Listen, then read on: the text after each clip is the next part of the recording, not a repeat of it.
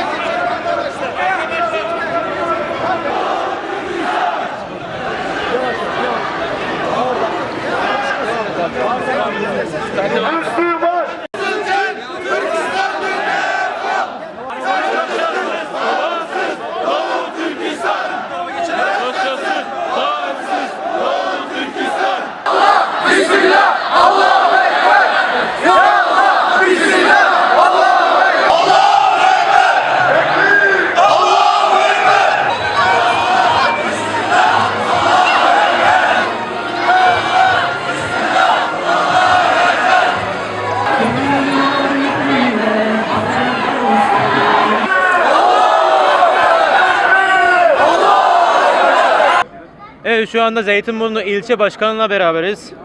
Neler söyleyebilirsiniz başkanım? Evet, öncelikle Allah razı olsun programımıza iştirak ettiğiniz için. Biz tabii Zeytinburnu Kardeşlik Platformu olarak bu programı icra ettik.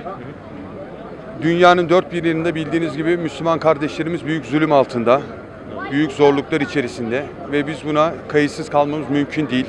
Allah Celle Celaluhu'nun Kur'an-ı Kerim'de de Peygamber Efendimiz sallallahu aleyhi ve sellem'in bize buyurduğu da bu yöndedir. O yüzden kardeşlik hukuku olarak Doğu Türkistan'daki kardeşlerimizin, zulüm altındaki kardeşlerimizin yanında olduğumuzu, Kızılçin'in bu zulmüne en yakın zamanda Allah'ın izniyle son vereceğimizi bildirmek üzere burada toplandık ve bir basın açıklamasında bulunduk. Evet, yakından takip ediyoruz ve yüreğimiz kan ağlıyor. Bunun sebebinin de tabii ki ümmeti Muhammed'in parçalanmış bir vaziyette olduğundan dolayı olduğunu görüyoruz, biliyoruz. İnşallah Rabbimize dua ediyoruz ve gayretlerimiz de bu yönde. İslam Birliği'ni kurmak.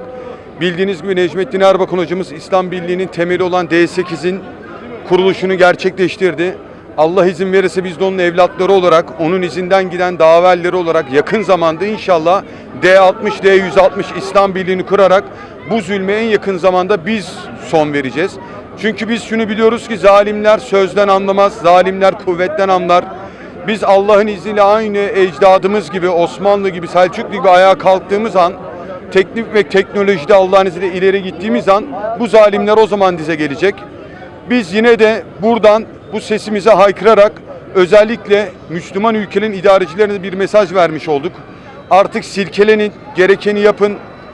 Bu katil Siyonistlere, bu zalim Çin'e, İsrail'e ve birçok zulüm uygulayan birçok ülkeye artık bir dur deyin. Gerekli adımları biliyorsunuz. Gerekiyorsa büyükelçileri geri çekin.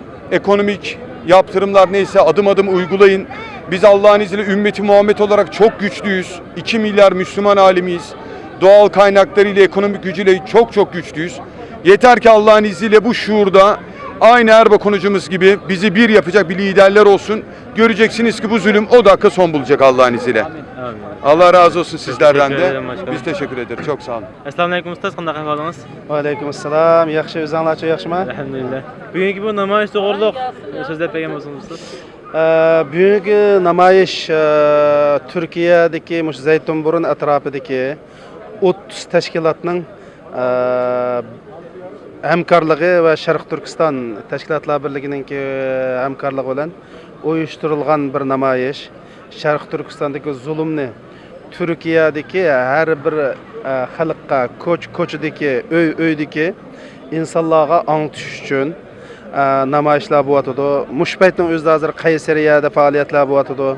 Ya'ni dunyoning Turkiyaning hamma yerlarida asosiy jihatim faoliyatlar bo'lib, vatanda zulm chekayotgan Sharq Turkistonliklarni ahvolini shu Turkiyadagi tashviqotlar orqali butun dunyoga anglatish uchun shunday faoliyatlar bo'lyotdi. Hozir deb o'tgandek siz Turkiya, Indoneziya, Malayziya jumladan butun dunyoda Xitoy kommunistlarga qarshi Uyg'urlarning yanida turib namoyishlar bo'lyotdi. Hozirgi shunday paytlarda muhojirat yashayotgan Uyg'ur yoshlardan nimadan kutasiz, ular qanday tayyorliklar bo'lishi kerak bu vaqtda? Hamda millatimizning hozirgi vaziyatida aş zulmga uchgan qarindoshlarni qutqizish har bir Sharq Turkistonlik uchun diniy farz va milliy majburiyat. Zodi büyüşükdən tatib aşu qeyrğan bovay, momay, yaşırğımızlığı çoxum aldı doluş kerak. Hammasi quldun kilişçe Sharq Turkiston davasını anlatış üçün çoxum meydana çıkış kerak. Bütün Uyg'urlar 7 yaşdan 70 yaşgacha Uyg'urlar qo'zg'almay turib, dunyoni qo'zg'ayolmaymiz. Hozir dunyoni qo'zg'ayolmasak, vatanimizdagi xalq Xitoylarning nihoyatda arzon qurbonlik aynib ketadi. Biz ularning qarindoshlarimizga naqadar zulm qilinayotganligi, inson qalbidan chiqqan vahshiylikni qilayotganligini hammamiz bilamiz. Shuning uchun mayli nadil faoliyat bo'lsin, nadilam Sharq Turkistonning ovozini angladigan ya bo'lsin, çoxum bütün Uyghur xalqi 7 yaşdan 70 yaşgacha qo'zg'alib, vatanimizningki davosini qilish kerak. Qaysi maydonda bo'lsin, mayli mediada bo'lsin, mayli namoyish bo'lsin, arxiv to'plash bo'lsin, bütün qarindoshlarimizning shu qo'zg'alib chiqishi, uxlamasligi diniy majburiyat va milliy majburiyat va insoniy majburiyat. Bizning masalamiz hozir dindan halqib bir insonlik bir insani meseleге aylandı. Yani şunun için özünü insan dep qaraydigan, özünü bir adam dep qaraydigan her bir insanın, her bir Sharq Turkistonlikning bu meselede çoxum uyg'unishi, çoxum meydana chiqish kerak. Endi bugun biz Zaytunburunni qildik. Zaytunburun bo'lsa Uyg'urlarning makoni. Uyg'urlarning to'plashib o'ltashgan rayoni. Endi maşallah nurg'un jamoatlar chiqibdi, ammo hammasi chiqmabdi. Ey Uyg'ur, sen uyg'onmasang dunyo uyg'onmaydi. Sen uyg'on, dunyo uyg'onsin.